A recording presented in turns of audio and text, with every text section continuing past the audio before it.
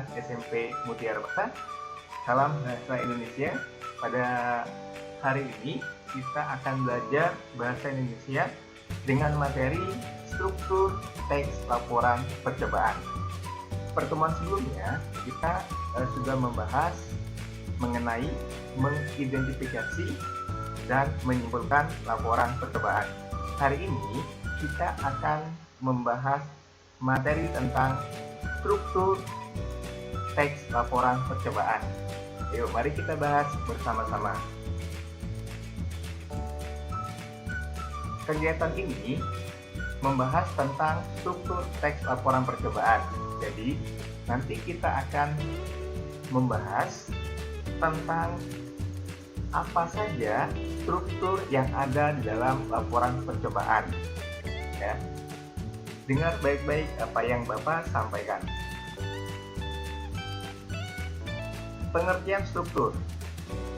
Menurut Kamus Besar Bahasa Indonesia atau KBBI, arti struktur adalah cara sesuatu disusun atau dibangun, yang disusun dengan pola tertentu, pengaturan unsur, atau bagian dari suatu objek atau sistem. Secara umum, pengertian struktur adalah suatu pengaturan dan hubungan antara unsur-unsur atau elemen-elemen yang saling berhubungan dalam suatu objek atau sistem yang terorganisasi. Jadi, pengertian sederhananya, struktur itu merupakan bagian dari sebuah objek, ya, itu struktur. Nah, sekarang kita lihat struktur dari teks laporan itu ada apa saja.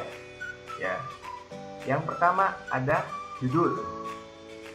Judul, untuk melakukan penulisan judul pada suatu teks, tentu tahap awal yang harus dikerjakan adalah membuat judul tepat. Jadi, ketika kalian membuat teks laporan percobaan, langkah pertama adalah kalian membuat judul terlebih dahulu. Ya, buat judul semenarik mungkin. Kenapa Pak menarik? Karena supaya pembaca itu menjadi tertarik dengan judul atau laporan yang kamu buat. Ya, cari judul semenarik mungkin.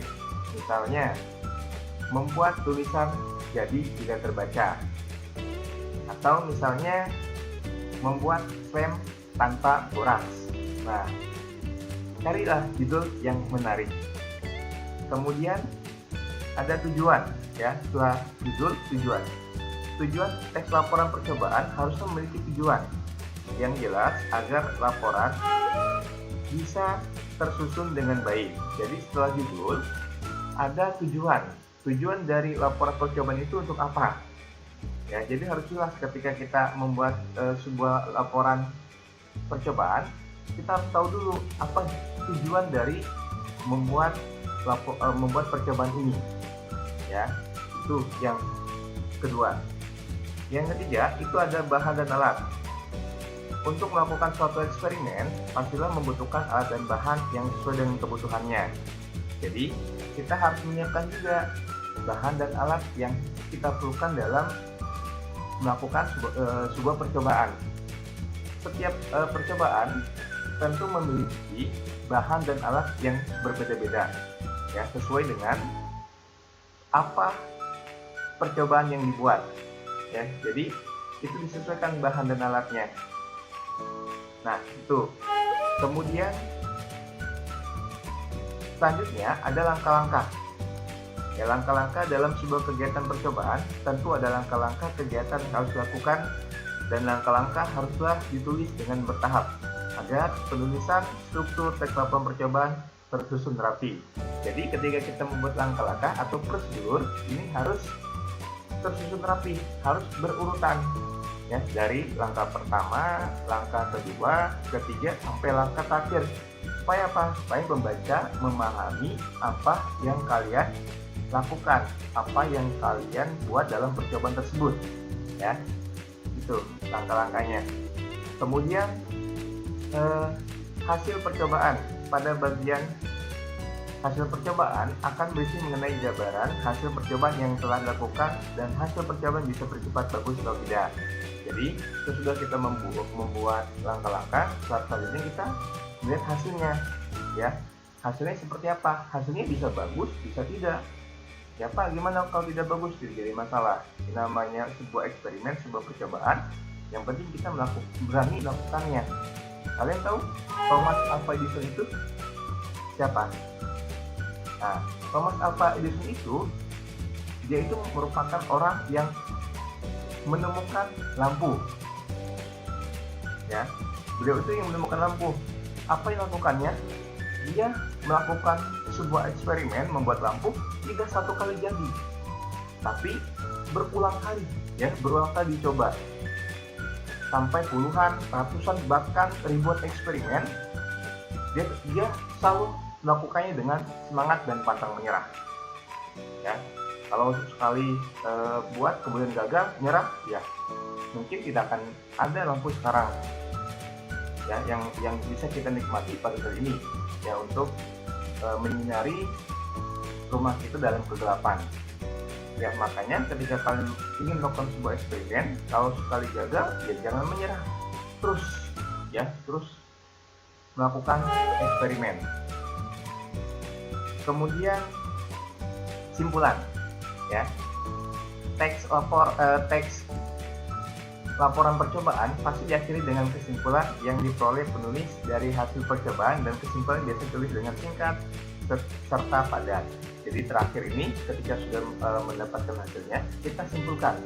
Ya, pembelajaran sebelumnya kita sudah bahas, ya, tentang menyimpulkan sebuah percobaan.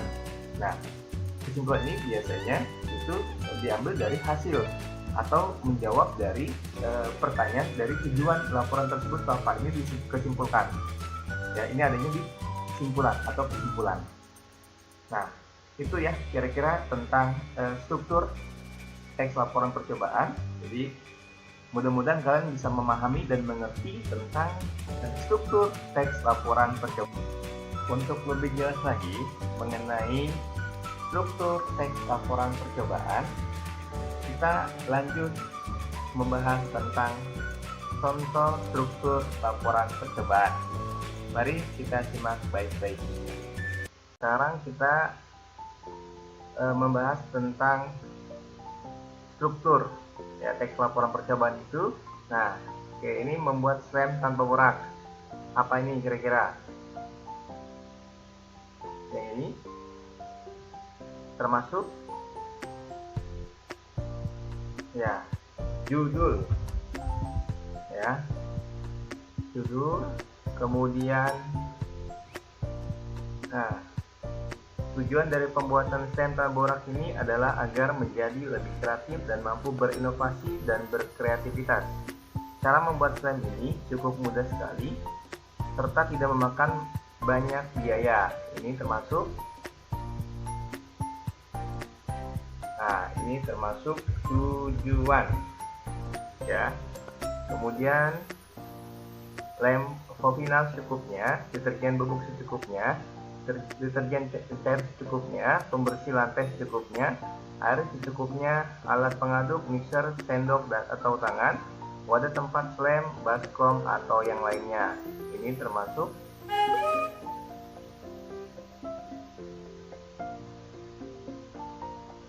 bahan dan alat. Selanjutnya, mula-mula campurkan terlebih dahulu lem final, pembersih lantai, deterjen cair, deterjen bubuk, dan air secukupnya saja ke dalam wadah slam. Campuran ini disebut dengan aktivator. Aduklah campuran tersebut sampai merata, kemudian tambahkan lem final ke dalam campuran aktivator, kemudian aduk lagi hingga struktur atau bentuknya menggumpal. Kemudian masukkan ke dalam freezer selama 5-10 menit.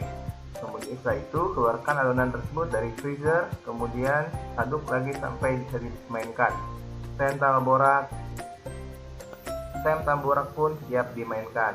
Ini termasuk langkah.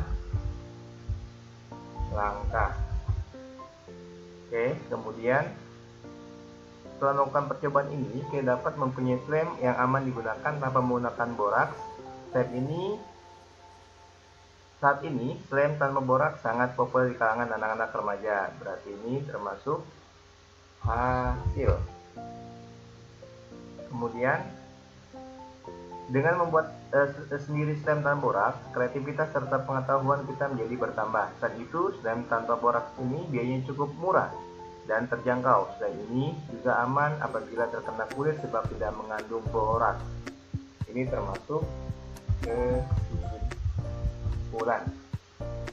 Nah, itu ya. Jadi ada judul, ada tujuan, bahan dan alat, kemudian langkah-langkah, hasil, dan kesimpulan. Ya, demikianlah tentang struktur laporan percobaan. Mudah-mudahan kalian bisa memahami apa yang Bapak sampaikan. Mohon maaf apabila ada kata-kata yang salah atau keliru. Terima kasih dan tetap semangat.